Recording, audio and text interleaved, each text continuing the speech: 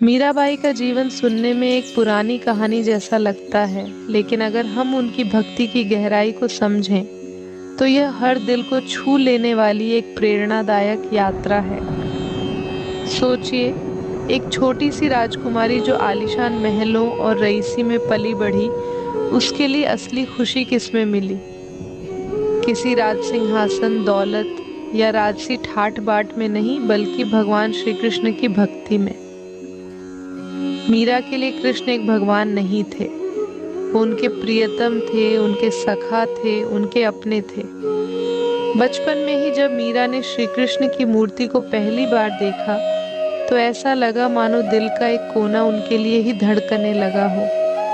वो घंटों कृष्ण की मूर्ति के सामने बैठी रहती और उनसे बातें करती, उन्हें अपने दिल की हर बात कह डालती। जरा सोचिए, कैसा गहरा प्रेम होगा वो, जो वक्त के साथ और गहराता गया। फिर उनका विवाह हुआ मेवाड़ के एक शक्तिशाली राजवंश में, लेकिन यहाँ भी मीरा का दिल तो कृष्ण में बसा था। विवाह उनके लिए एक सांसारिक बंधन था, जिसे उन्होंने कभी अपने प्रेम और भक्ति के रास्ते में रुकावट नहीं बनने दिया। राजमहल की जिंदगी कितनी भी भव्य क्यों न हो, मीरा का मन तो कृष्ण के प्रेम में ही रमा रहता। वे महल के नियम कायदों में बांधने के बजाय अपने मन की सुनी। अब आप सोचेंगे कि राजमहल में तो उन्हें कितनी मुश्किलें आई होंगी, और सच भी है।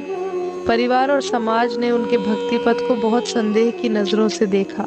उनसे कहा गया कि अपने इस प्रेम को छोड़ दें, मगर मीरा का जवाब हमेशा एक ही होता था, मेरे तो गिरधर गोपाल, दूसरों न कोई।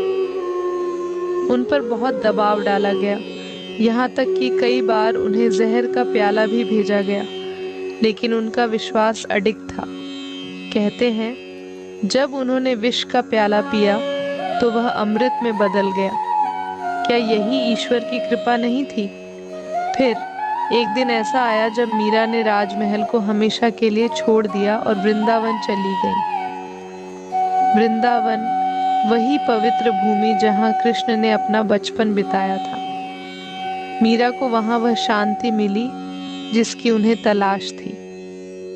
वहाँ उन्होंने एक साधारण जीवन जिया, श्री कृष्ण की सेवा और साधना में समर्पित।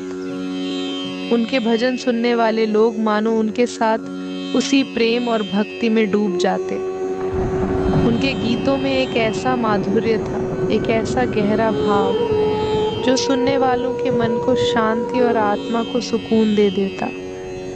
उनके भजनों में सिर्फ शब्द नहीं थे, वो तो उनकी आत्मा की आवाज़ थी, जो सीधे कृष्ण तक पहुंचती थी। उनका प्रेम इतना सच्चा, इतना निस्वार्थ था कि उनके गीत सुनने वाले हर व्यक्ति के दिल में भी प्रेम का दीप जल उठता।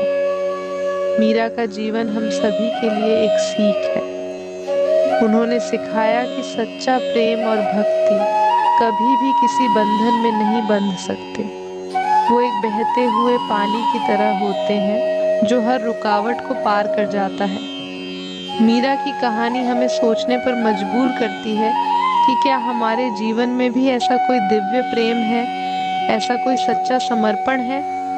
क्या हम भी सांसारिक बंधनों से परे जाकर किसी से इतना जुड़ सकते हैं?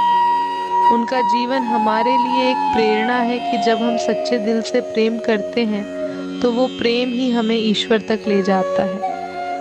मीरा की भक्ति यात्रा हमें सिखाती है कि प्रेम का रास्ता भले ही कठिनाइयों से भरा हो, लेकिन अंत में वही हमें सच्चा आनंद और शांति देता है। मीराबाई का जीवन हमें याद दिलाता है कि असली खुशी पाने के लिए हमें कभी कभी सब कुछ छोड़कर अपने दिल की सुननी चाहिए। जय श्री कृष्ण, जय श्री राधे।